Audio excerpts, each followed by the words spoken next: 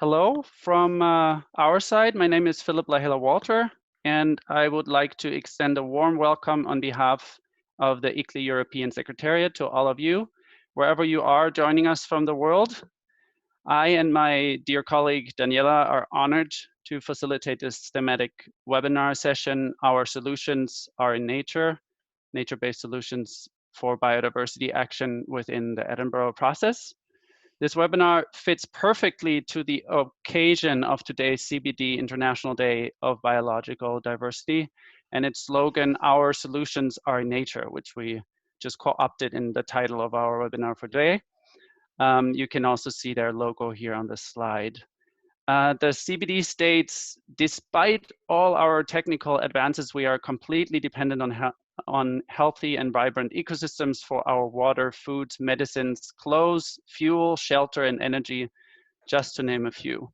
The theme emphasizes hope, solidarity, and importance of working together at all levels to build a future of life in harmony with nature. We can just very much agree to this. And with this seminar, we aim to contribute to achieving the CBD's great vision by facilitating a discussion on the role of subnational and local governments in the implementation of nature-based solutions. We want to use this opportunity to applaud our hosts from the Scottish Government for pulling together this crucial process and for showing up to support our webinar, even at holiday, like today, at least for their agency. And ICLEI is really honored to host this webinar in support and partnership with of the Scottish Government. And we would like to give the word now to, one second. Please, next slide first, just so I don't get messed up here.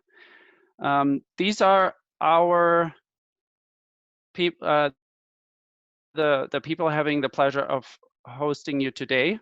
I will hand it over now to Daniela to introduce herself and say a few words on ICLEI's involvement in nature-based solutions before John Muat from the Scottish Government will take over. Daniela, please. Hi everyone, so I'm Daniela Rizzi and I am an architect and urban planner. Been working with ICLEI Europe for now 2 years on nature-based solutions, green infrastructures and biodiversity. And I'm very happy to be here today and co-moderate this webinar with you, which is such a part of such a relevant process, which is the Edinburgh process, to make sure that the voice of local and subnational governments are embraced in the post-2020 framework. Next slide, please. Thank you. So as you know, there are now about 15 nature-based solutions projects that are being funded by the European Commission via the Horizon 2020 funding program. And these have been promoting substantial action in more than 30 cities across Europe, and also providing opportunities for exchange with other continents. ICLEI is involved in quite a number of these projects, as you can see here in the screen. And these have been helping cities to become more water and climate resilient, whilst also regenerating deprived neighborhoods. Recently, ICLEI and partners have also published a guide, which is called How Can Special Planners and Land Use Managers Create Favorable Urban Environments for Pollinators? So I think this was a very important input to also help cities to become more pollinator friendly. Further, ICLEI Europe will soon launch the Network Nature, which is a multi-stakeholder dialogue platform, and building on the dynamic but to date less streamlined development across European NBS stakeholders. This new platform should consolidate a community of practice, increasing and upscaling NBS implementation and building a broad sense of support amongst society at large. So yeah, Philip, back to you. Thanks, Daniela. And with that, I would like to hand it over to and to put our webinar in the context of the Edinburgh process before we hear from our great speakers. Okay, thank you, Philip. Yeah, for those of you who don't know me, I'm John Mote. I work on international marine biodiversity policy within the Scottish Government. And I'd like to thank Philip for giving me a few minutes to explain how this thematic webinar fits within the overall Edinburgh process. And to give its full name, the Edinburgh Process for Subnational and Local Governments on the Development of the Post-20 Global Biodiversity Framework. So you can see why we're using the Edinburgh Process as the short name. It's been developed to ensure that the views and aspirations of authorities that sit below the national or state level are included in the post-2020 framework, and this includes the views of regional governments, local authorities and cities. As you know, the CBD are currently developing the post-2020 framework to be finalised at COP15 in China at some point next year. We're still not quite sure when that will happen. And to give a key role in delivering biodiversity at local levels, it's right that we feed in the views of subnational and local governments into the process so that it's realistic and can deliver deliverable actions that can be undertaken. We have developed the Edinburgh process in conjunction with the CBD Secretariat and our global partners, which you can see outlined on screen now, including ICLEI, which have been very involved in that process. And these other organizations also play a crucial role within the subnational constituency in UN processes. The Edinburgh process actually officially started on the 24th of April and will continue up until COP15 in Kunming next year. A few weeks ago now, we held a first series of regional online information sessions, you see highlighted in yellow on screen, outlining the process and the two consultations that we are taking forward. If you haven't been involved in these online sessions and you want to catch up and find in more detail about the whole Edinburgh process, you can find them on our Subnational Workshop YouTube channel, and links can be found within the video section of the Attendify app. The consultation documents, one seeking the views of subnational governments on the zero draft, and one seeking input to a renewed subnational plan of action, are both open for consultation at the moment, and that consultation period closes on the 29th of May, so you still have a week to reply before next Friday, and if you've not done so, I would really encourage you to do that. And we'll be providing feedback on the outcomes of these consultations at another series of regional online sessions in the end of June. We will also shortly issue the Edinburgh Declaration, which is a high-level political declaration for consultation, and we hope that as many subnational and local governments will sign up to this declaration, signalling to state parties the intent of the subnational authorities to become an integral part of the framework.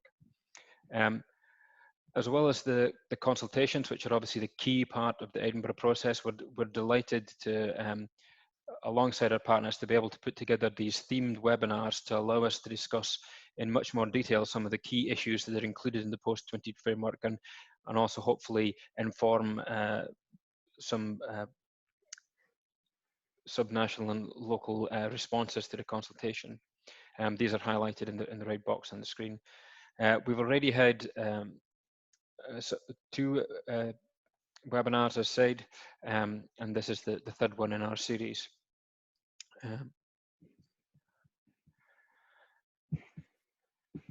So the previous 2 have been on monitoring reporting tools, and then on interlinkages between climate change and biodiversity.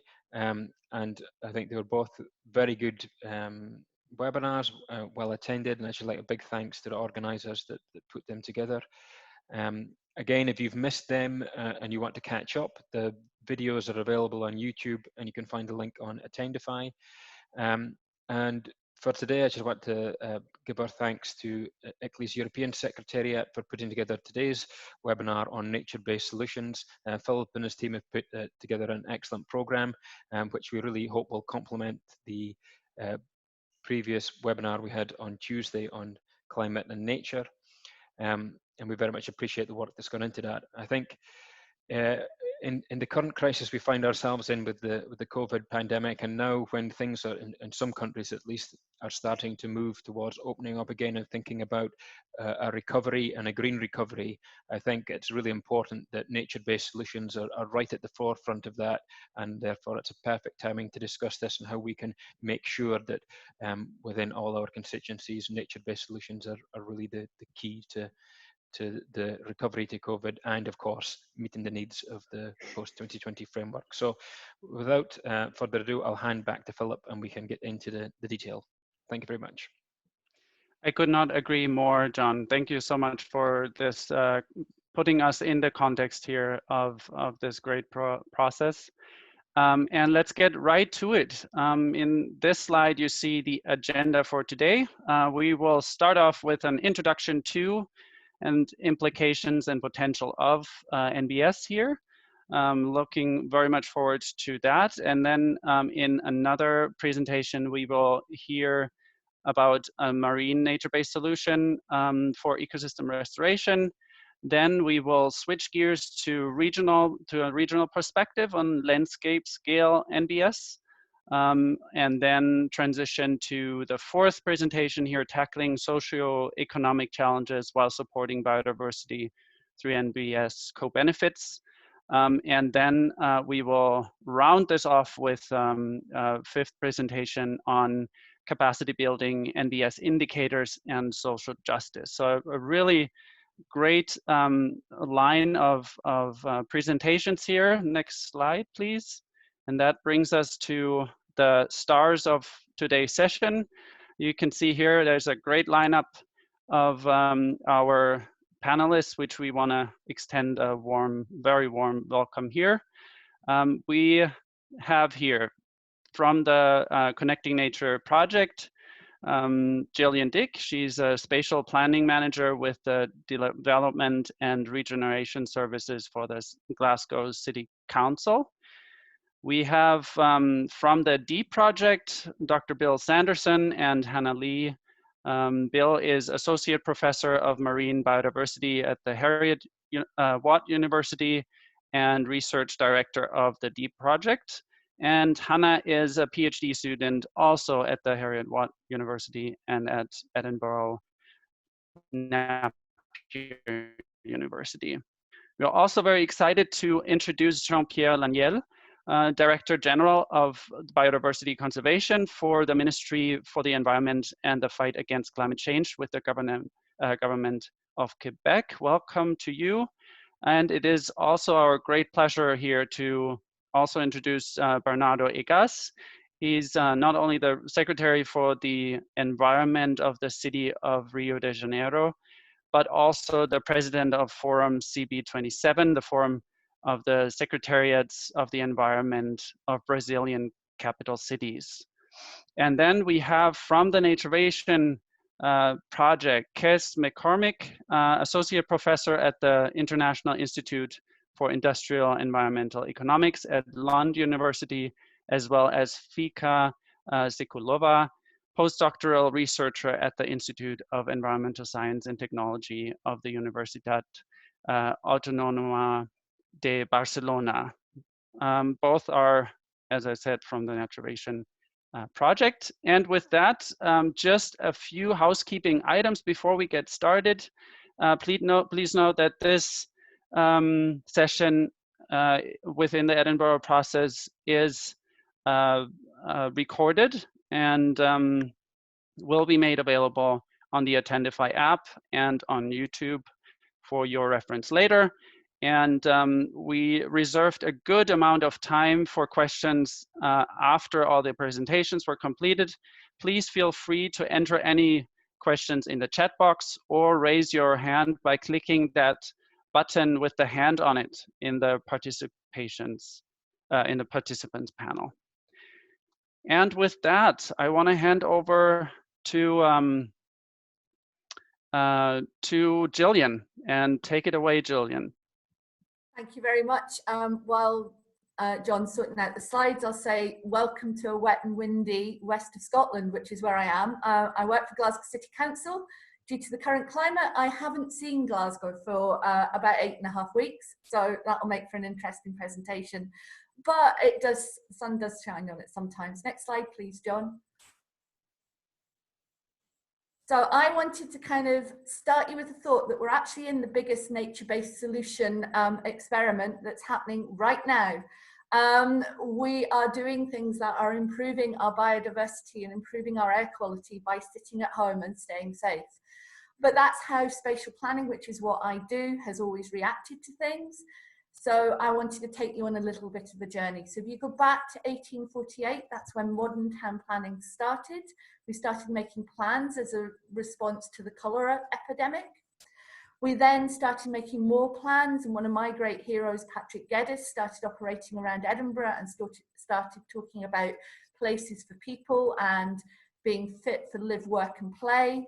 It was a response in some parts to the poor health of recruits to the Boer War, and that we needed to have better places for people to grow up and be more healthy within. By 1918, the response to the Spanish flu epidemic and the First War, we realised the way to make people healthy was to give them open spaces and plan for better spaces. The Garden City movement appeared. 1947, whiz you forward, after the Second World War, we realised that unregulated markets had not made for great places to live in, and that they were a threat to public health, and we needed to consider the common good. Between the 50s and 70s, particularly in the UK, we started thinking bigger. We wanted post-war urban planning to rethink and reimagine communities. In the 80s, we started to get a kickback from our communities as they saw a disconnect between planning and health, and there started to be a rise in community empowerment and community activism. Now, if we take ourselves forward to meeting in the middle, in March, we went into lockdown. It changed the way we viewed our normal. It changed the way we viewed our places and spaces. And we in Glasgow started asking, are our resilient communities that we're so proud of still going to be there? Are they still going to be resilient? And is there a new community spirit emerging? A month later, we started picking up that in lockdown, people needed more spaces, both within and out with their buildings. In Glasgow, people live in quite a lot of flatted or tenemental properties. They may not have great access to open spaces and may not be able to physically distance within those spaces. So do we need to consider balconies, roof gardens, more generous building space requirements within and out? What do our offices look like if we go back into them? So are we reimagining our recovery? Are we looking at a new normal for our communities in the way that we work? Are we looking at a new way of being and a new way of living? Can I get the next slide, please, John? So just to thought, the EU has a definition of nature-based solution. I'm hoping that most of you know what it is, but it's the top one up there that says that it's actions inspired by nature. They need to be cost effective. They need to simultaneously provide for the environment, social economic benefits, and help build resilience. They need to have multiple benefits for biodiversity. If you Google it, you'll get that. You'll see it if you look at the slides later on. Can I get the next slide, please, John? So as an easy way of thinking about what a nature-based solution is, there are 5 tests that we've kind of developed within Connecting Nature. So we want to ask ourselves, does the action that you're going to take use nature or natural processes? Does it provide or improve social benefits? So is what you're doing of benefit to the community? If it isn't, why the heck are you doing it? Does it provide or improve economic benefits? You need those economic benefits. At the minute, we're in a situation where the driver from our politicians, particularly in the UK, is all about economic recovery. That economic recovery talk does not talk about society or community or environment or biodiversity. It talks about economy. So when we look at nature-based solutions, we need to be multifunctional. It also needs to have environmental benefits, and as a bare minimum, and this is the few times I will talk about biodiversity, it has to have net benefit on biodiversity. So make that place no worse than it was for biodiversity when you started looking at it. So if you can answer yes to all 5 of them, you're looking at a nature-based solution, you're on the way. But please don't go down the rabbit hole about it all being about biodiversity. In Glasgow, we have water voles. They're wonderful, but some of our communities think they're rats. They think that we are abandoning their spaces and places, because we're leaving them with their rats, when my biodiversity colleagues are going, look at that wonderful biodiversity and those wonderful water voles. Next slide, John. So there are lots of things that our spaces and places within our communities do for us. Our spaces and places and our nature-based solutions allow us to create spaces where we can think, where we can read, where we can relax, where we can walk, where we can cycle, where we can engage with other communities, particularly if we're physically distancing.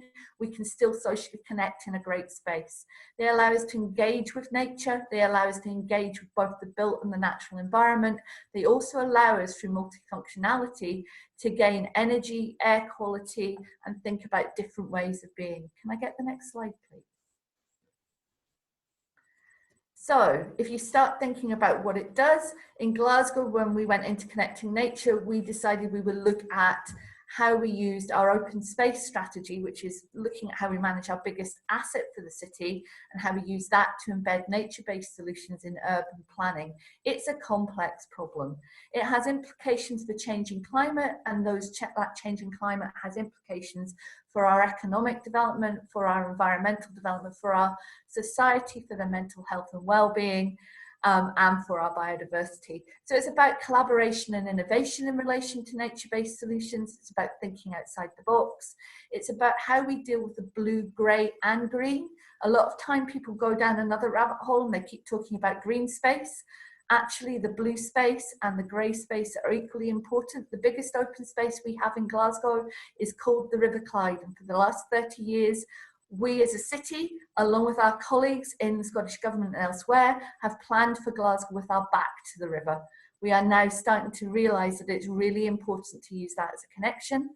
It's about the different disciplines and partners. It's not just all about planning or all about biodiversity officers, and it's about doing it at scale to make a positive impact on policy. It's not only about what we can do as a city council, that's the top down, but it's also about what happens bottom up. Can I get the next slide, please, John? So, our exemplar for the city in Connecting Nature, we're one of 3 frontrunner cities, along with Genk in Belgium, which is looking at a green network around the Steamer Valley, and Poznan in Poland, which is looking at pocket parks and greening up their kindergarten play areas. We ended up looking at what you can do citywide. So how does the open space strategy help us embed nature-based solutions? So we're looking at that evidence base, the indicators and monitoring, which we're a key lead with the University of A Coruña on. So how do we get the data that not only Glasgow the City Council has got, but our colleagues in Scottish Government, Scottish Natural Heritage, SEPA, the universities have all got? They may have got it for different reasons, but can we take that to use it as an evidence base for our social, health, well-being, environment, economic and biodiversity, so that the environmental gain, and can we use that to make better decisions? Can we use that to understand that biggest asset we're managing, about not only its quality, but its quantity? So a lot of the time in the past, as a city, like others, we've been asked by the Scottish Government, how much open space have you got? We've not been asked, is it fit for function? We've not been asked, can people get to it? And we've not been asked, is it of good quality? We do the same with housing land. We do the same with our economic land. We go, we've got masses of it. That's great, but it's not great if we don't know whether it's fit for function. So we need to know about the quality and accessibility and whose quality and whose functionality. That evidence base will allow us to make better decisions and have better conversations about the management of our key assets. It will allow us to identify top-down as well as bottom-up opportunities. In Glasgow, we have a habit of doing zombie projects. We go, yay, Scottish Government has some funding. We'll take this project off the top shelf, we'll hack the best bits out of it, and we'll submit it to the Scottish Government and they will fund it, because by hacking it to bits, it fits their funding stream. We don't want to do that anymore. We want to work collaboratively with the Scottish Government, with SEPA, with Europe or whoever, and actually do projects that are fit for function to deliver on all of those multiple benefits all at the same time. It will allow us to strengthen our existing partnerships and build new ones. It will ultimately stimulate that economic recovery, because it will provide opportunities for nature-based enterprises, community enterprises, and make us all more resilient, and it will facilitate community action. Can I get the next slide, please? So just to show you the framework we're working in, our open space strategy has to have cognizance of Scottish Government policy, which is what you can see in the left in the yellow, box. We're now currently working collaboratively with all of our colleagues in sub-regional planning and the Scottish Government to look at the National Planning Framework 4. The call for evidence, call for information is just closed, but we have to take cognizance of the existing ones that are there. We need to look at our regional position, which is our strategic development plan, our city development plan, and all the supplementary guidance there. We need to be aware of the city's strategic context, which is the box in purple. Glasgow's talked about having community planning, thriving communities. It's got a climate and ecological emergency declared. We need to always be aware of the national legislation. That's not just the Scottish legislation. It's also the UK, and currently at the moment, thank God, it's the EU legislation as well. I'm sure we'll find a way of complying with that. If not, we'll comply with the UN SDGs and by default comply with Europe as well. We also need to be aware of some of the bigger strategies that are on, so the Metropolitan Glasgow Strategic Drainage Partnership. West of Scotland is very, very wet, 1,500 mils of rain a year coming straight off the Atlantic, hitting the Argyll Hills. There was some of it hitting my window about 10 minutes ago, very noisy. We also need to be aware of some of the strategic pushes that are coming from the likes of Sustrans and others on cycling. We also need to be aware there are other thematic plans being developed by the city, such as the local biodiversity action plan, food growing strategies, parks and green space vision, which is about how our colleagues and neighbourhoods manage the asset that we own of our parks. Can I get the next slide, please, John? So when we're looking at our open space strategy, we're looking at delivering for the vision of livable, healthy and resilient. That means we're looking at 15 key deliverables for our spaces. They have to deliver on more than one of these. So we're looking at what our spaces do, so how we get to them, the access and the quality, the quantity of space we have, its setting and amenity, what our communities think about it, and how that fits with some of the grey spaces we sometimes forget, which is our squares, our footpaths, our cycleways, etc., our canal towpaths. We then need to look at what we do in those spaces. So do we play? Do we use them as education spaces? What sports do we use them for? What do we grow within them? How do we connect through them, walk and cycle? And what do they do for our air quality, for our pollution, and can we get heat and energy out of them as well?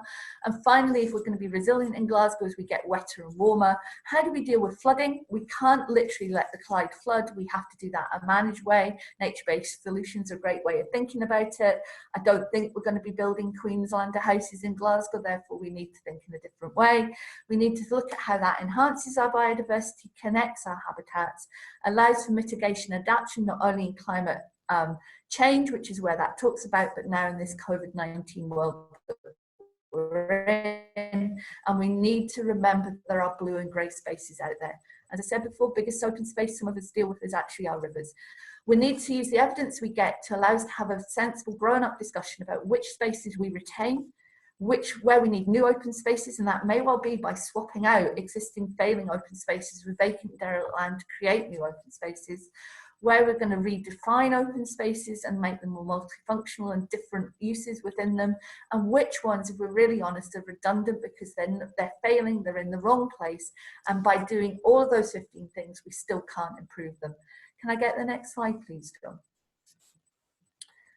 So, I will whiz through this one. This is just the different departments that are in Glasgow City Council. I sit within Development and Regeneration, which leads in the planning strategy, but we have to be aware of what our city property colleagues are doing, who manage our biggest built asset, our colleagues in neighbourhoods and sustainability, who manage the green spaces that the council owns, who manage the grey. We need to be cognizant of what Glasgow Life are doing, who manage our museums and our sport, and our chief executive. At the minute, somebody has not muted themselves, but I will keep talking. Can I get the next slide, please, John? So it's all about the stories that we tell. We've tried to use ArcGIS dashboards. You'll all be familiar with John Hopkins COVID dashboard. That's exactly what I'm talking about. But sometimes people misunderstand when you start to try and display data and tell stories. So we need to think about ways and alternative ways of visualizing the stories we want to tell, the decisions we want to make. We're in conversation through Connecting Nation with our partners about how we get clarity, but they're also being really good in linking us up to the people that do have that evidence and that data source. The capability is high for really powerful analysis and telling really powerful stories. This hopefully will be the last slide of John Click's. We should be on to one that says, yep, so Some quick lessons learned to sum us up about the stories that we tell. It's about engaging and reaching out to diverse actors. Don't assume as a city you're the only person that has been looking into this subject. You're the only one with the evidence. The same goes for our colleagues, and I will use a Scottish context, in the Scottish Government or in Scottish Natural Heritage or in SEPA or in the universities. We're all looking at the same space, getting it to do multifunctional things all at the same time, and we need to be collaborating together. It's about building that political momentum and support. It's all very well me and my colleagues in the planning service doing something, but if our politicians are going in a different direction or doing something differently, that could cause us issues. There's a huge fund out in Scotland at the minute for reactive COVID-19 stuff. From a planning perspective, we need to make sure that we gather the legacy from that and we gather the evidence to understand why something should remain or why it should only be there for a short time. We need to collaborate with our colleagues, both internally to co-produce things, but also externally with the wider partnerships that we're building. Retrofitting is really important. The best bang for your buck for biodiversity is don't knock anything down, don't reimagine, don't redesign a park completely. But if we're going to do something, then sometimes the best bit is retrofit. Put a green roof on something, a green wall, redesign it with a balcony, reimagine the space that you've got, reimagine it under a nature-based solution lens. The opportunity mapping, the gathering the data, the understanding the evidence, analysing that properly and having proper conversations is really, really important, and technically recognise that we have the skills. I think that is me. I will stop. Thank you so much, Gillian. This was really a thought-provoking introduction to nature-based solutions in an urban area. And we want to shift gears now and turn to Dr. Bill Sanderson and Hannah Lee from the D Project to introduce us to an example of nature-based solutions in marine environments. Bill and Hannah, the floor is yours. Okay, thank you very much for inviting us to speak today. Delighted to be here. So my name is Dr. Bill Sanderson. I'm from Heriot-Watt University, and I'll be speaking along with Hannah Lee from the DEEP project as well. So we'll be speaking about marine environmental restoration. Our project, which is a nature-based solution, and I'm glad to say ticks all of the 5 categories that Gillian just talked about. And we'll be looking at it in the context of the rural economy. Next slide, please.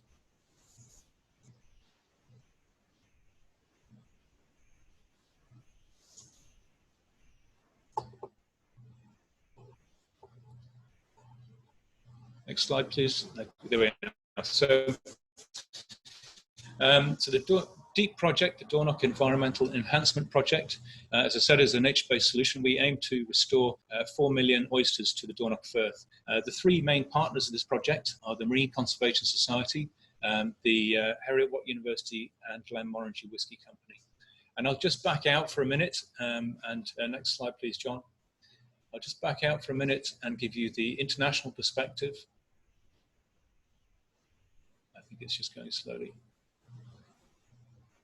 The international perspective is that shellfish reefs are in danger. So this report from the Nature Conservancy showed that shellfish reefs are one of, if not the most imperiled marine habitat on Earth. 85% of our oyster reefs are extinct, and most of these disappeared in the late 1800s and early 1900s, which is probably why you've not heard this story before. Next slide, please.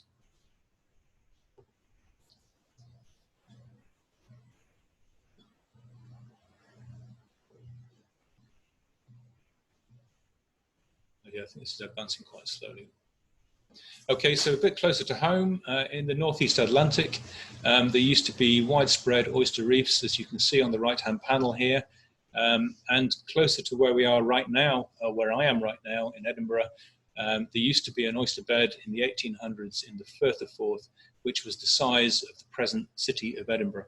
But we're going to talk a lot about the Dornoch now, which is up in the northeast of Scotland, which is this other dotted area in the northeast. Next slide, please. So these oysters used to be abundant on all of our coasts, basically. Okay, and when we looked at the Dornoch Firth, I'm not going to spend a lot of time on this. We went right through the environmental history and found that there were oysters there in the Dornoch Firth from the last glaciation 8,000 to 10,000 years ago, all the way to the 1800s when they were probably fished out like they were everywhere else in Europe and elsewhere in the world. Next slide, please. Shellfish reefs provide and support a number of ecosystem services. They're areas of elevated diversity, also more fish, which underpins sustainable livelihoods and potential access to commercial fisheries. They have a role in enhancing water quality. They're filter feeders, which means they feed from the water. This is nutrients, plankton, particles. They suck this down to the seabed, and this is deposited. And also carbon storage. Both the sediment they suck down and their shells are made up of carbon, and this becomes integrated into the reef as it grows over time. Oysters and other shellfish are biofilters, a nature-based solution. Next slide, please. On the topic of sustainable livelihoods, I give you an example from North Wales. This is the horse mussel reef, roughly 275 hectares in size, and the reef supports a commercial fishery of whelks, which are small marine snails. What our work has shown is that on the reef itself, there's not only more whelks compared to other areas, but the whelks are smaller, and this indicates it's an important habitat for the babies, or the nursery habitat. The commercial fishery itself has employed 12 for the past 25 years, providing and supporting an important rural economy for a small Welsh village. Next slide, please. Shellfish and oysters have a role in the carbon cycle. As I mentioned, they're filter feeders. They suck up particles as food, which, among other things, this is made of carbon. This is digested and then eventually deposited out onto the seabed. Carbon deposition, or in this case, oyster poo. Next slide, please. What some of our most recent work has demonstrated that through this feeding activity, oysters actually enhance the transport of particles from the water to the seabed by 3 times. And what this graph in front of you shows is that carbon follows the same trend. The deposition of carbon is trebled by this feeding. Next slide, please. So when we come to the full picture of a carbon story of an oyster or a shellfish reef, we ask the question whether or not it's a carbon sink, does it draw carbon down, or whether it's a carbon source, does it release carbon? And to understand that, we need to identify the routes of carbon loss and carbon gain. And this is to your left, the diagram is demonstrating this, routes of carbon loss and gain. However, over time, a reef is also a buildup of shell and sediment, which, as I mentioned, contain carbon. And this is what you're seeing on the right-hand side of the screen. A cake slice cut through from a reef, the one I mentioned earlier, and the carbon and sediment building up over time with the living reef on top of it. Next slide, please.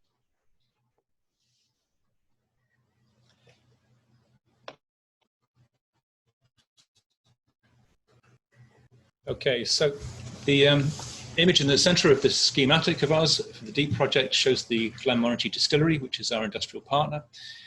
They have barley that goes into their distillation process, and this is then a waste stream that formerly would have been discharged straight into the Dornoch Firth. Since 2017, they've introduced an anaerobic digestion plant, and this has taken out 95% of those organics and produces biogas, which is then recycled to be used to fire the stills. There's still a 5% remains of the organic material, and this goes into the Dornoch Firth as it did before. And this is where, using the filtration capacity of the restored oysters, we calculate that the oysters will account for this final 5% of the organic material. In order for us to create this habitat, and we've started our experimental developments 5 years ago now, we're about to go operational. And in order to get this done, we need considerable quantities of waste shell to be reused to recreate the habitat that was lost. We also have discovered that we need to energize the supply chain. There is not enough hatchery production, which is what you see in the diagrams at the bottom here. There's not enough hatchery production of native oysters. There's not enough aquaculture growers who are growing oysters in order to create the 4 million oysters that we need to do this project. Next slide, please. So when we look at our project through the lens of the Edinburgh process and subnational governments, there are a number of themes that jump out at us from our learning. And one of them is that our industrial partner, Glenmorangie, have been embedded in the local community in the northeast of Scotland since for 176 years now. Their brand is very much embedded in their rural location, and their business sustainability is very much embedded on sustainability of their communities, as well as the sustainability of their environment as well. And this means that they've been natural allies in this process and very enthusiastic partners. And my point here is that subnational governments are closer to these companies who can really make a difference than perhaps national or international governments. We've also discovered along the way that the development of the 4 million oysters that we need has implications in terms of the rural economy. So all of a sudden you start a biodiversity project and you're actually talking about an economic development project as well. And likewise, with the development of circular economy and the reuse of waste shell, we need 4,000 meters cubed of this stuff at least. And there are many other projects that need it as well. So waste material has to be retasked into a new co-product. There are also roles for subnational governments and local authorities in perhaps reducing barriers as well. We've discovered there's quite a lot of difficulty in some of the legislative processes, and we need to reduce those barriers for other community-based projects. Next slide, please.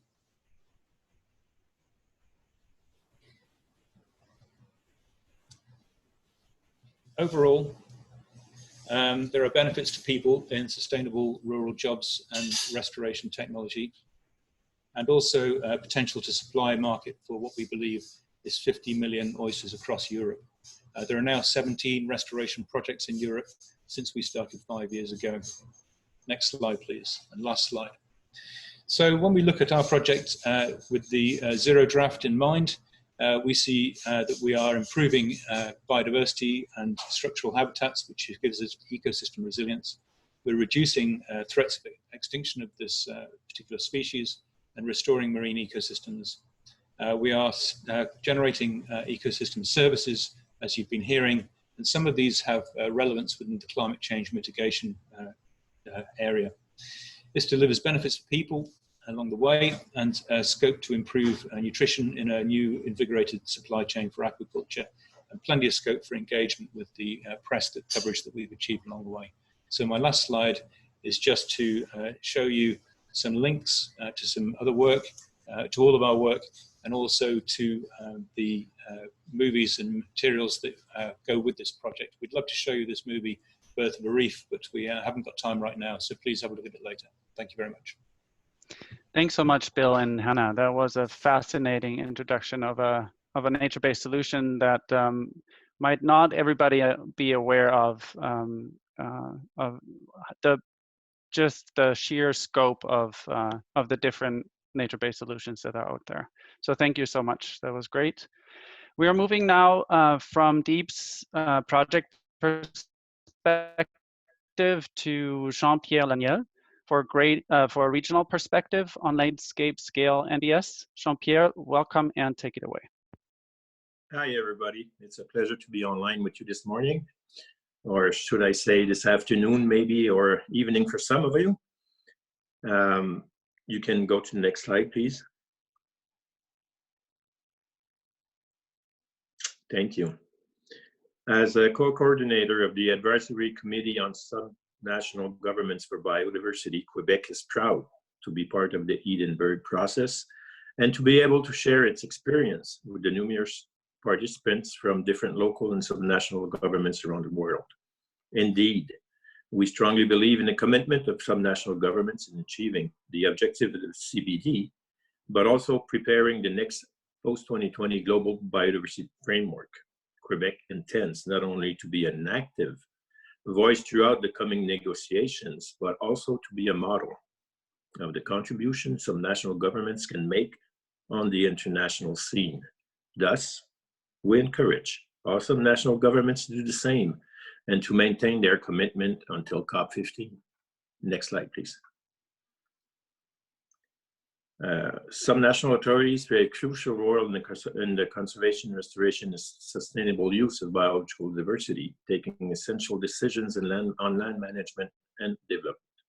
Governments can adopt laws and regulations for industry and have the responsibility for protecting different resources by sound practices of water management, waste management, housing, education, or public health. Also, some may be responsible for developing and implementing sustainable development, environmental protection, and conservation strategies or policies within their respective jurisdictions. There I go. always a bit hard in English. Those French-speaking people, not easy. Located in eastern Quebec, as you can see on the map, Quebec is the largest, eastern Canada that is, oh, lapses there. Quebec is the largest of the Canadian provinces with a territory of 1.7 million kilometers and is mainly a French-speaking province, as you can see by my English. As you may already know, Canada is a federation, and as such, constitutional, it's easier in French, powers are divided between the federal government and the provincial and territorial governments. In terms of protecting biodiversity, the provinces, such as Quebec, play an important role since they hold exclusive powers to legislate and manage the natural resource located on their territory. Next slide, please.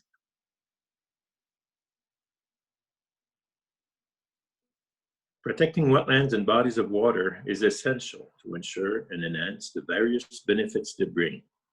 They are nature-based solutions because they act as a pollution filter, control erosion, and retain sediments. They also act as a regulator of water levels, thereby reducing the risk of flooding and erosion and promoting groundwater recharge. They provide a sunscreen and a natural windshield by maintaining vegetation, which prevents excessive warming of water and protects soils and crops from damage. Also, they sequester carbon and mitigate the impacts of climate change. Next slide, please. The National Assembly of Quebec unanimously adopted the Act respecting the conservation of wetlands and bodies of water on June 2017. The Act places the no net loss principle at the heart of the governmental actions, which aims at balancing ecological losses and gains in terms of area, ecological functions, and biodiversity.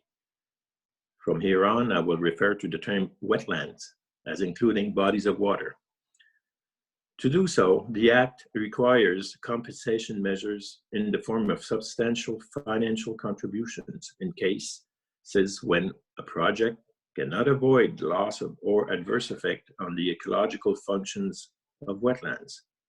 On the other hand, the money collected is used to restore and or create additional wetlands. But the objective of the no net loss of these natural areas also requires improving land use planning to foster the implementation of good practices and improve the resiliency of our communities by adapting to climate change and preventing natural disasters. Thus, the Act also gives the regional county municipalities, authorities responsible for local land management, the obligation to elaborate a regional wetland plan that will identify the most important of them to protect. Next slide. Thank you.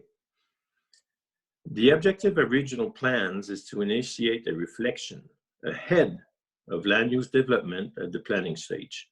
To be approved by the minister, a regional plan must respect the following three principles: promote no net loss of wetland of interest, ensure consistent watershed management, and take into account the challenges linked to climate change. Regional county municipalities are key players in integrated water management. In its regional plan, it analyzes environmental issues related to the water resources and the hydrological functions of wetland at the watershed scale, which is, as you know, the appropriate geographic unit to assess key issues, such as the presence of high phosphorus concentrations, ice jams and flooding, or the availability of sufficient water reserves, drinking water, and so on. Specific restoration actions will thus be carried out on the entire watershed, while others may be limited to sub-basins or drainage units. Good management of wetland would help generate savings and increase the attractiveness of the area while reducing multiple problems and improving the quality of the natural environment. The regional plan determines the areas to preserve, but also those to enhance and perpetuate the different benefits that they bring to the community. A reduction of ecological services often leads to cost, which must be borne by society as a whole, and which are often greater than the gains obtained by their conversion. Next slide, please. As required by the Act, a program for the restorations and creation of wetlands and bodies of water was implemented to contribute to the objective of no net loss of these areas. Provided with a budget of $30 million, the first program, launched in June 2019, and for the next 3 years, covers pre-feasibility studies and the implementation of restoration and the creation of wetlands projects for functioning and long-lasting habitats.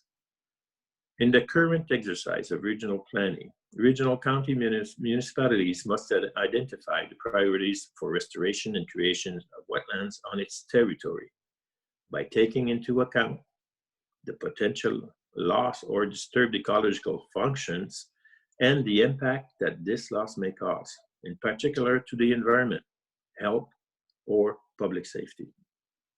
Thus, the criteria to prioritize restoration projects submitted to the governmental program include regional, agricultural, and conservation importance, as well as the expected gains in ecological functions, such as filtration, regulations of water quantity, reduction of flooding and erosion, biodiversity protection, carbon sequestration, and adaptation to climate change.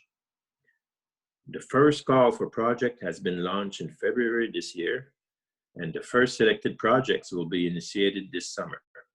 This program is a good example of how the government of Quebec promotes biodiversity conservation at the landscape level to tackle economic, social, and environmental challenges at the local level.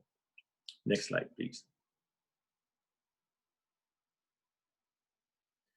Given their responsibilities and jurisdictions, subnational governments can play a key role in promoting nature-based solutions.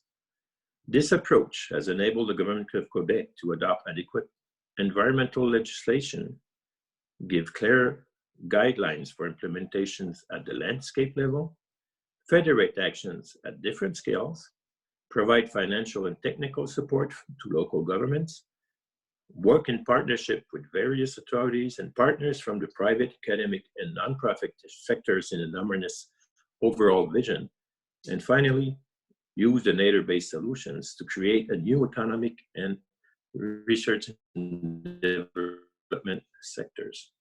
Next slide. And I believe the last one. Thank you for your attention, and I hope that my presentation will incite more than ever some national governments to play a leading role in the implementation of the United Nations Decade for Ecosystem Restoration 2021-2030 and the recognition of these ecosystems as nature-based solutions. Have a great International Day for Biological Diversity. Thank you. Thank you very much, Jean-Pierre. Thank you especially for providing a regional perspective here to the discussion and for introducing wetlands as another type of nature-based solutions and their benefits. And all that in English. I think your English was fantastic, by the way, so don't worry about that. As long as nobody fell asleep, it's great. Not over here. We are moving from North America to South America, where Bernardo Egas from Rio de Janeiro will talk about tackling socioeconomic challenges while supporting biodiversity through NBS co-benefits. Thank you for being here, Bernardo, and the floor is yours. Thank you, everyone. It's a pleasure to be here. First, I'd like to give a special thanks to ICLEI. ICLEI is a great partner of Rio since the 90s, and we are building this up for a long time. And I am also the president of the CB27, the 27 capitals of Brazil, all the secretaries of environment, and ICLEI is a great partner of CB27 also. So it's a I'm very delighted to be here in such unusual condition that we are living today. I would be much happier if it was a local conference in Scotland, but the Scottish government kept this forward with ICLEI, put it together online. So in this Biodiversity Day, I'm very happy to be here. Rio, I'm going to start with this beautiful picture of the sugarloaf. I don't know if you know it. It's a very, very important conservation unit here in Rio. Half of our territory are protected. 1/3 are municipal university conservation unit, and the other part is federal units. So this is an example of one of those. We can pass the slide, please. I listened to Gillian speaking about nature-based solution, and there are 5 things that we have to consider. And I think this program of Rio has all 5 of them. We have a reforestation program. We have 500 local self-helpers in this program in a lot of areas of the city, a lot of communities, a lot of mountains and forests. This program already planted 10 million trees in the city of Rio de Janeiro. It is an area close to the area of the National Park of Tijuca. It is the biggest urban forest in the world, this park. So we matched the size of this forest with this project.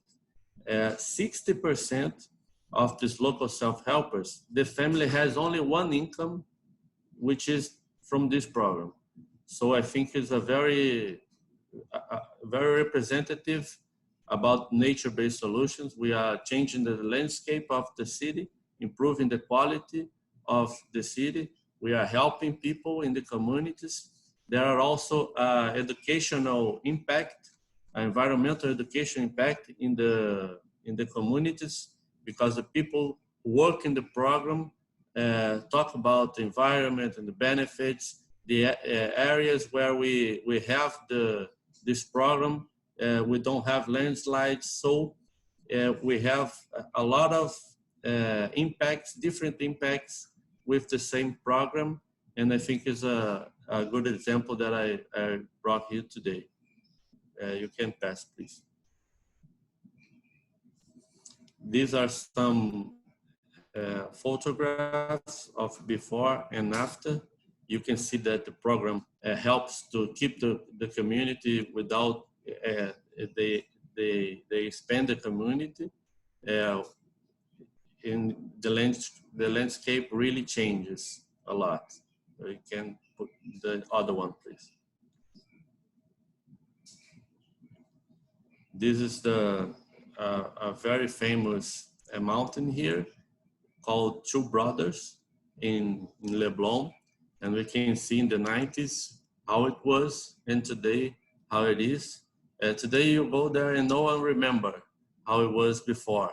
So we have to show the photograph out. Before was that way, and our program lived that way. So it is a postcard of Rio de Janeiro, and help to keep the community in the same way without the expansion and all other benefits. You can pass, please. The Athletes Forest is a very famous forest. We planted this forest this year. I don't know if all of you remember, but in the opening ceremony of the Olympics, every athlete in Maracanã planted a seed, and it was made a commitment to the world that those seeds was going to make this athletes forest. It has 13,000 trees representing every athlete that was in the Olympic Games, 207 species representing every country that were here in the Olympic Games. So it's very representative, and it has a amazing biodiversity with these 207 different species from our biome in Brazil. Next slide, please. In CB27 this year, we have a lot of targets. All capitals must update the registration of conservation units in our ministry. The cities with nature, we already have 14 of the 27 capitals in the cities with nature, and we're gonna reach all of them in the program. Bring and consolidate the management of local protected area. At least three new solutions. We have the ICLEI Innovation working together with us, building this, and guide action for biodiversity in the capitals. Advance in thematic discussions. Each city has a special discussion that has to research and bring the solution to the other cities. So this integration helps a lot everyone. And you can put the other slide, please. And the role of subnational and local government. So I put here some topics. Especially, I like to say that the CB27 is a very strong organization here in Brazil, because the 27 cities that are in this together has a lot of impact in the satellite cities in each state. So we can help to push this agenda forward, not only in our cities, but also in all the states in Brazil. So we have, besides 80 cities working, we can manage to have a national impact and a national agenda. So this is something that ICLEI with CB27 has always in our minds, to keep things local and the solutions implementing locally, but always with a national agenda to help other cities, sometimes small cities, to have the same kind of solutions that big cities can have. So we are all working in this together. The biodiversity is our main agenda this year. We have a great program today. It is the green flag, where we change the seedlings. So a seedling that we have only in Rio, I change it with another city, and I get some seedlings that doesn't exist in Rio.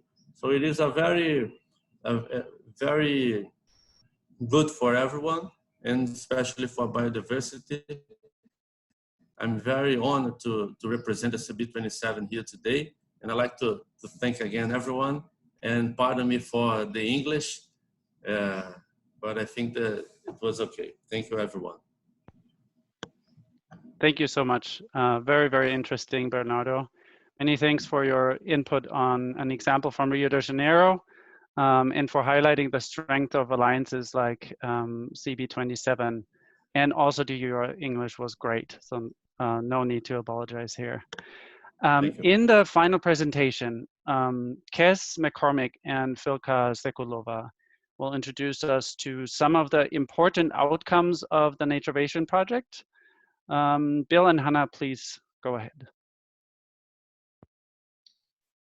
Yeah, so this is Kes McCormick here. Sorry, Kes. And yeah, sorry, I was about to say, I was just waiting. Kes McCormick here from Lund University in Sweden, but originally from Melbourne, Australia. It's fantastic to be here, part of this seminar, and to listen to these great presentations from all different parts of the world reflecting on nature and cities.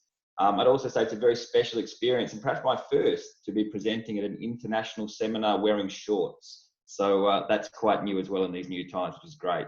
But I'm here today with my colleague Filka, and I'm going to start off by talking about urban nature-based solutions, so focusing very much in on cities, and around the topic of unlocking the potential of nature-based solutions, focusing on capacity building and assessing impacts.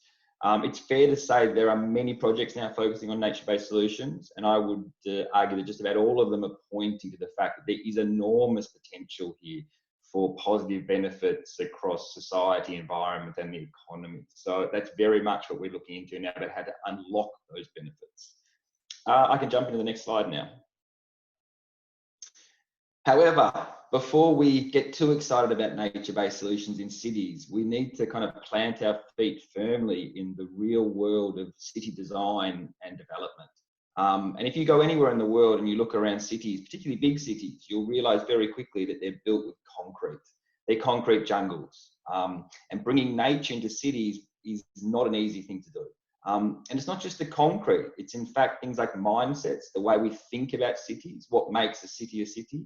It's about lock-ins, the things we've done in the past, consider the things we're always going to do. But do our cities need to be built around cars and roads? Maybe not. But these are strong lock-ins that we face. And of course, trade-offs. It is important to recognise that, you know, we can find all kinds of space in cities nowadays. There's space everywhere to integrate nature-based solutions. But at the same time, there is also trade-offs for space.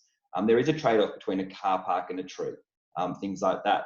So it's just really important when we talk about nature-based solutions in cities that we don't push these things out of the way. In fact, we should draw these topics into the light. So mindsets, lock-ins and trade-offs so that we can begin to climb this staircase out of our concrete jungles.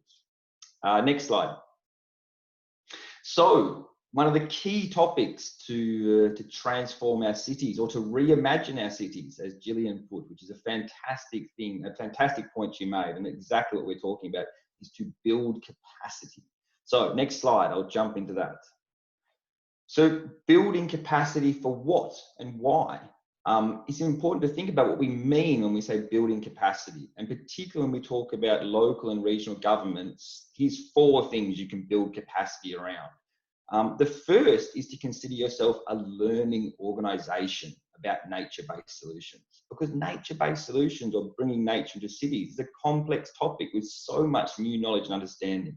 So the first step in the process is becoming or continuing to be a learning organisation. So I applaud ICLEI for this seminar and these kind of seminar series, because it's exactly what you're doing. You're creating learning environments. The second is to be a connector or an intermediary for nature-based solutions, bringing different actors together. Because what we can see immediately with nature-based solutions is that it's very rare that a small number of actors are involved in their implementation and design. What we see is actually a mix of different organisations being involved, and often involving organisations that might not typically work with nature. For example, we might say private developers who own buildings who have never thought about green roofs before, have never thought about their role in nature-based solutions. The third point here is about being a trust builder. So building your capacity to build trust for investors in nature-based solutions, because the money's got to flow. I mean, there's no joking around here. We need more investment into nature-based solutions. And to do that, you need to build trust around what nature-based solutions can deliver to cities. And connected to that, and the final point is about building capacity to be a leader in harnessing the community value and benefits of nature-based solutions. So the benefits don't just happen by themselves. There needs to be careful planning and processes behind implementing nature-based solutions. So those are 4 reasons why to kind of be interested in building capacity. Next slide. So really building capacity is all about building capacity to enable innovation and investment. This is the key word here, investment. We must invest in nature-based solutions in different ways. And there's at least 4 ways to be working with that. The first is around diverse governance modes, to recognise that this is not just a government issue. It's not just about local government, but about local governance. And that means involving other actors in the governing of cities. It's about novel business models. What we can see with nature-based solutions is that there are many values or benefits associated with them, but we need to stack those values and benefits. We need to bring them together in new ways, in new types of business models. And the Nature-Based Project has worked extensively with the business models area and has developed a set of, you might say, business models that can be considered. The third here is innovative financial arrangements. Again, this is at a kind of higher level, how to kind of realise the monetary and non-monetary dividends of working with nature. This is a big challenge, and this needs to be worked on extensively from kind of global organisations all the way down to local organisations. And finally here, the important role of working with active citizen engagement to account for the multiple values and to ensure just outcomes. And my colleague Filka will continue on this theme, which is very, very important when we talk about bringing nature into cities, that benefits and so on flow to all types of communities within our cities and not just some people in our cities. Next slide, thank you. So where can you start? What can you do? This is a blatant advertisement from the Natureation Project, but one way to start is to jump into an online course that we've developed by the Natureation Project called the Urban Nature MOOC, or Massive Open Online Course. There are many of these courses all around the world. Under current conditions, there are 5 times as many people in online courses around the world. It's an extraordinary increase. But the course that we've created is essentially, it's free to take for everyone, everywhere and at any time. It's a gateway to the knowledge and outcomes of the Natureation Project and even beyond the Natureation Project. So it gives you a glimpse into all the things that we've been studying and working on. It's provided in English, talking about language, as several people brought up. We're also translating it into French and into Spanish. And if it was up to me, I'd translate it into every language possible, but we've perhaps run out of money to do that. You can have 10 minutes to work in this course or 10 hours. So there's maximum flexibility. But again, here it goes back to this key point of being learning organisations and being interested in learning about nature-based solutions. Next slide. So assessing impact, I'm going to do assessing impact in about 2 minutes, which is not really doing justice to this topic. It's fair to say that many projects are working around how to assess impact using indicators and so on. And many different projects are producing many different tools, which is both fantastic and a little problematic in the sense that there are now a jungle of tools available to different organisations to use. And sorting out which tool is best for you is perhaps the first challenge. So I'm just going to present 2 of the tools from the Natureation Project, not saying that these are perhaps the best or the only ones, but they are part of a collection of tools from different projects. So I can jump to the next slide. So I saw in the chat that there's a lot of questions about examples and so on. And within the Natureation Project, we've developed something called the Urban Nature Atlas, which contains actually over 1,000 examples of nature-based solutions. So implemented solutions in cities. It focuses on Europe, on 100 European cities.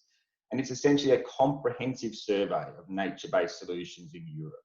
That provides an interactive database for anyone to go in and explore these nature-based solutions. It's a fantastic way to just go in and have a look around, see what exists, and to look for examples that might be relevant to your city or your conditions.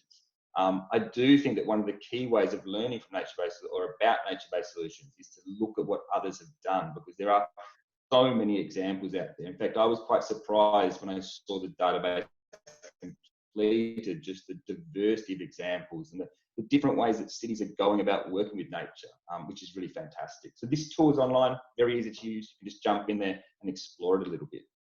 Next slide. So the other type of tool that the Natureation Project has developed, and several other projects have developed similar tools or in the same kind of space, our tool is called the Urban Nature Navigator.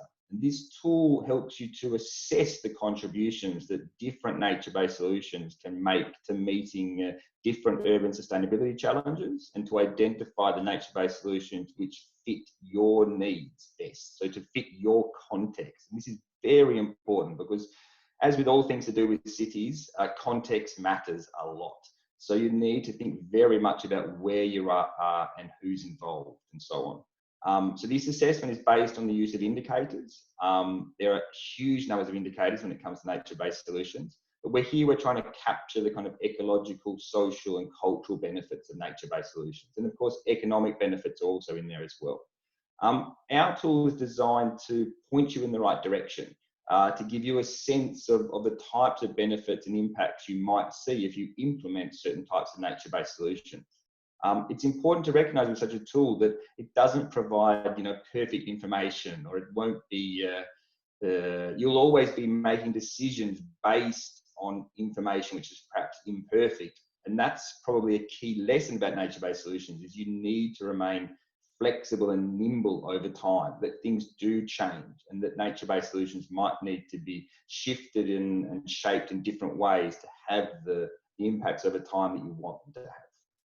This tool will be available in the coming months, and as I said, many other projects will produce similar tools, but I think that the tools will be designed for different types of decision making, you might say. Final slide. Oh, I missed my final slide. Okay, sorry. The final slide I was going to have, which has disappeared because it did say thank you on it, was just going to say that the Naturevation Project just released a report on biodiversity and cities and nature-based solutions and the briefing notes. And within that report, it essentially captures many of the things that we've talked about today, which is fantastic. So if you're interested in learning a little bit more about the kinds of outcomes from the Naturevation Project in this area, you can again just visit our website and check it out. So I will pass this over now to Filka, who will continue this, this presentation discussion. Over to you, Filka. Thanks so much, Kes, and thanks so much, Philip and ICLEI, and for the Scottish Government for the invitation. It's a big honor to share a few thoughts with this panel today. I hope you can hear me well, because I'm in the Catalan rural side, kind of rural kind of website, and it's not so easy always to have your internet stable. Well, just shortly now, there is one particular aspect which remains invisible when we talk about nature-based solutions and when we talk about bringing out biodiversity back into our cities. And it is about who is actually the people who are actually benefiting from the introduction of nature-based solutions in the cities. And very often this is something that is an issue that becomes very obscured by the beautifications that we're introducing in many of the cities. And if you look at the slides, by the way, at the moment I'm listening, I can't see my phone, I cannot really see the slides, but I hope that you could move to the first slide. You would see that there is a kind of a increasing amount of research on the way social justice intersects with nature-based solutions and greening in cities, mostly in urban areas. Normally, what tends to happen is that the working class residents, generally socially vulnerable individuals, are the ones that are exposed to high contamination risk, and they're the ones that have less access to better quality nature-based solutions. Also, they have access to worse and quality housing in terms of health aspects, and they have less access to healthcare. In that sense, if you also look into the studies, you would see that it was mostly higher classes neighborhoods and higher classes residents and white residents that actually located in kind of to have access to bigger qualities and larger public green spaces, and they're kind of located in neighborhoods with low levels of contamination. So basically what we've been finding is that over the years, this tendency has been becoming stronger and stronger, including actually with all the new interventions in the field of nature-based solutions in the cities, in Europe and also in the United States. So I would like to highlight here just two examples that are taking place that we have studied in the Naturevation Project. And if you look into the last slide, if you could move please to the slide with Visage Saint-Joan and Tolka Valley Park in Dublin, I would like to highlight two examples that are interesting to look at. One is a kind of remake of a famous boulevard here in Barcelona, which is kind of beautiful and where the outcome has been the expansion of the sidewalks, making them permeable, kind of reducing soil sealing, and as well installation of green pavement and species of various heights. What has been happening, however, is that the way this nature-based solution has been implemented is without much public participation, in the sense of taking into consideration the voice of the local residents and their particular interests. So what happened is that these particular nature-based solutions ended up representing the interest of a particular local lobby and business lobby, and led to the kind of expansion of the foodie and trendy restaurants and bars corresponding to the new tourist vision of Barcelona. So in that sense, the ones that ended up excluded from this space and from these modifications ended up being the local citizens whose vision about designing this Rambla actually didn't being listened to. The same likewise, for example, the old Chinese shops that ended up being that used to be located in these avenues were replaced in order to make to open the space for trendy bars and restaurants. So in that sense, these particular examples, as many others, shows that we need to, when designing nature-based solutions, we need to take into consideration how benefits are distributed and who could participate into the process of decision making. Another interesting example is Tolka Valley Park in Dublin, which has a particular focus on biodiversity. This is a green area and green way, which is kind of coupled with a reintroduction of a pond, which can take care of polluted waters and actually has contributed extensively to habitat restoration. Nevertheless, what happened with this particular area is that the neighbors located in the luxurious neighborhood on one of the edges of the park had fierce opposition to the open character of the park. So they demanded that this park ended up kind of hedged against the neighborhoods with high level of social housing on the other end of the park. What this resulted up is an incentive of kind of creating a more exclusive space for the neighborhood, which is relatively richer off, and less access eventually for the people who are like located in the social district, etc. More examples of that are to be found in various urban cities. So the basic lesson and my basic conclusion here is that it's not so easy to create nature-based solutions that are both socially inclusive, that both enhance biodiversity and contribute to kind of economic growth. And very often these objectives tend to contradict each other. So we need to make tough decisions in terms of like whose type of interests we're defending when introducing nature-based solutions in particular areas. And I would leave it here because I imagine that it's time also for a few questions. Thanks so much.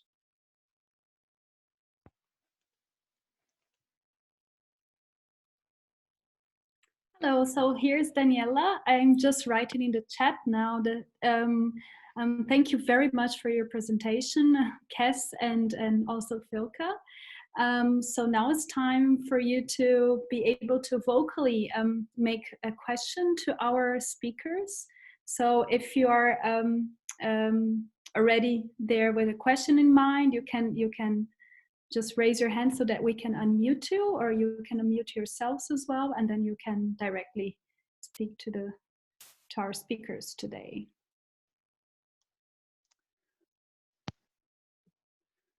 Do we see any raised hands? Hi, it's Clive here. Can I ask a question?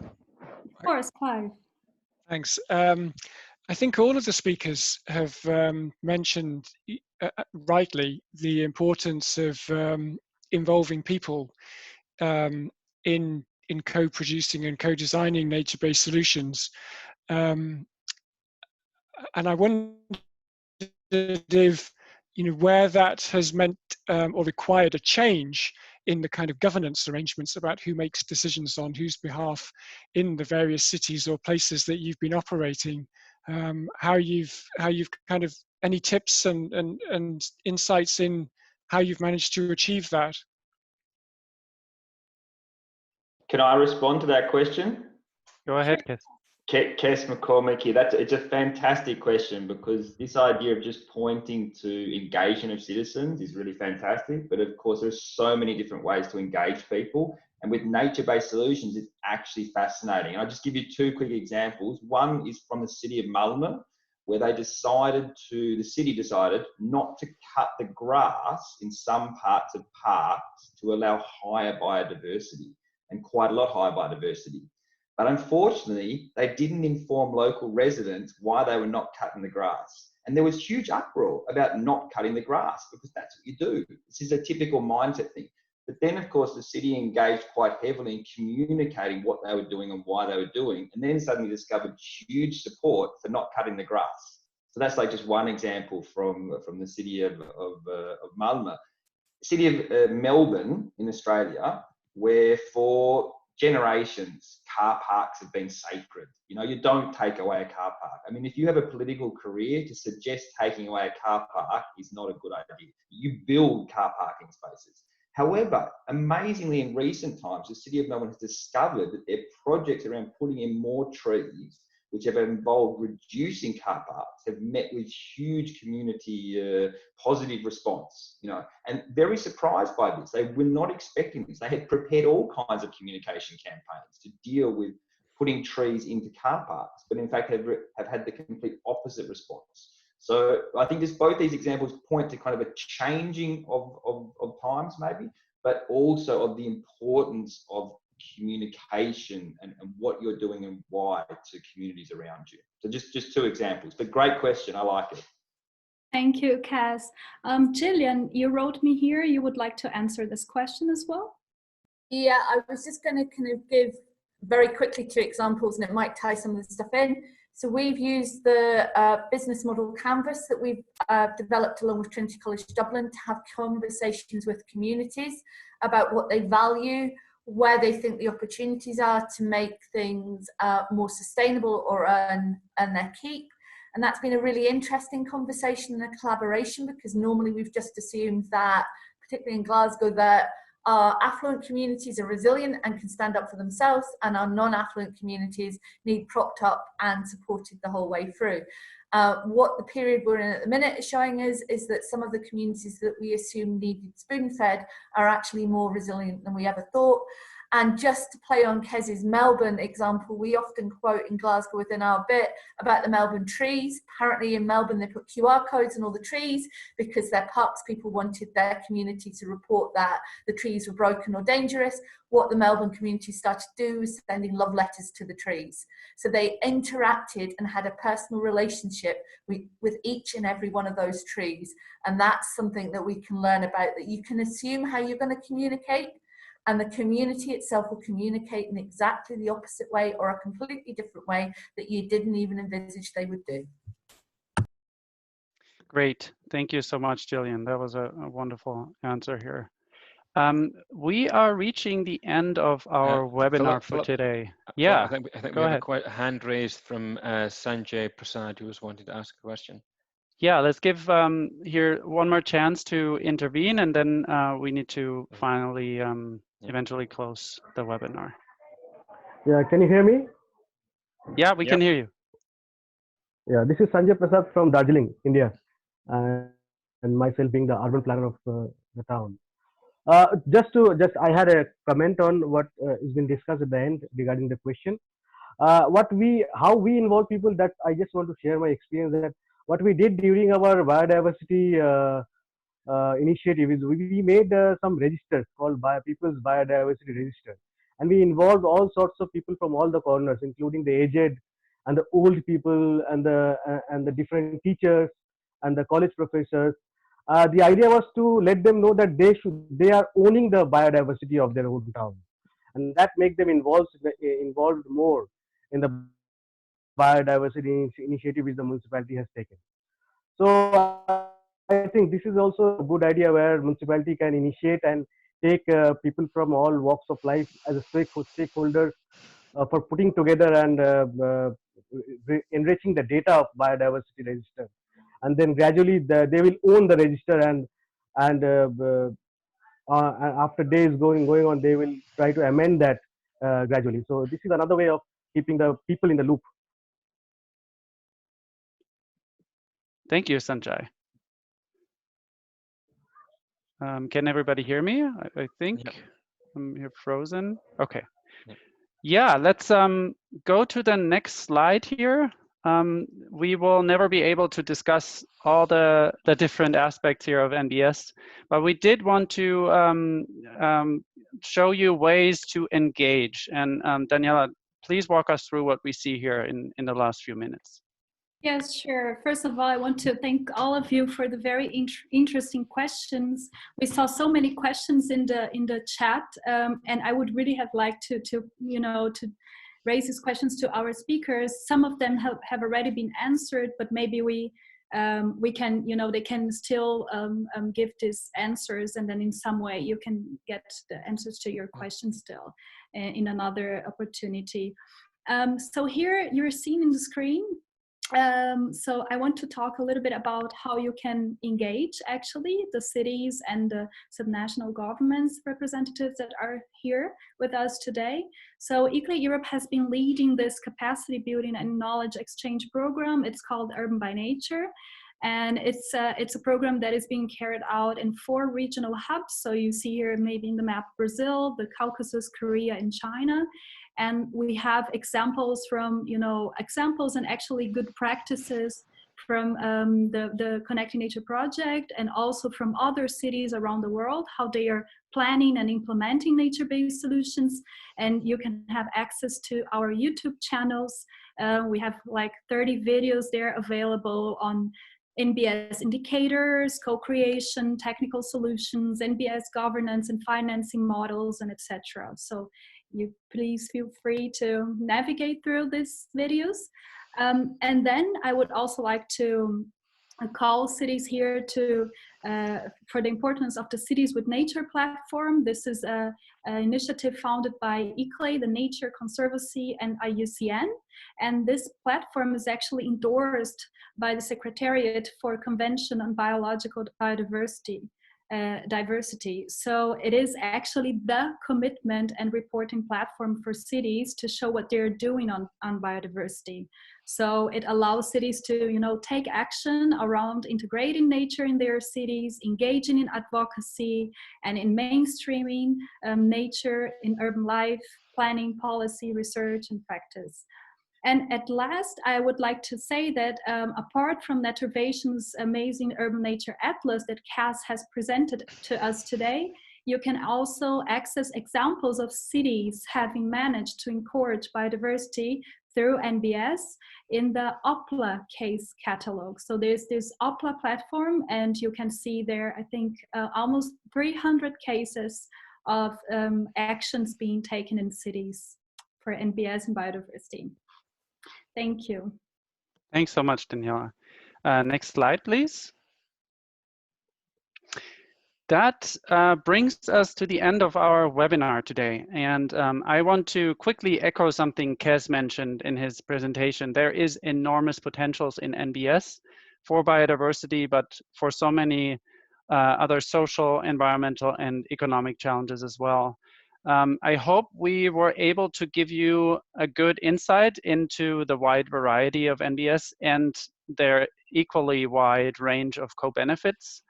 I was very happy to hear a few thoughts on how NBS and subnational and local governments implementing NBS can be supported in urban and rural areas and in regions through the upcoming post-2020 global biodiversity framework. So I'm really glad that we produced some outcomes here that might be included in the Edinburgh Declaration.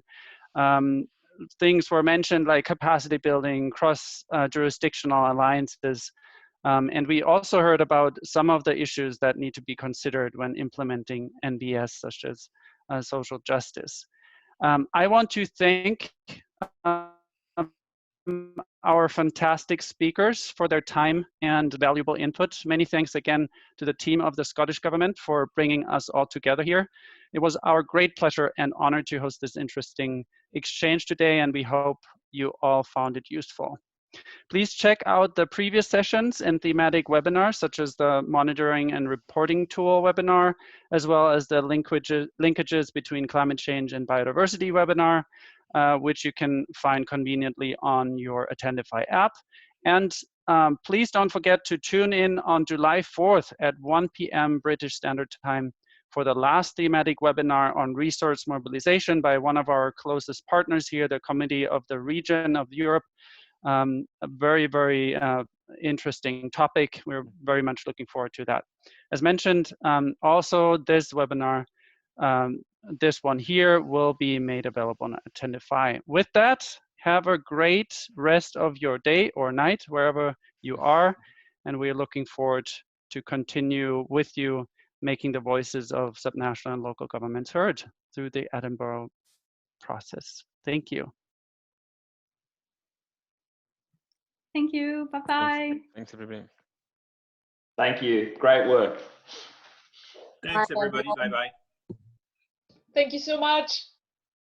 Thank you, everyone. Bye-bye. Thank you.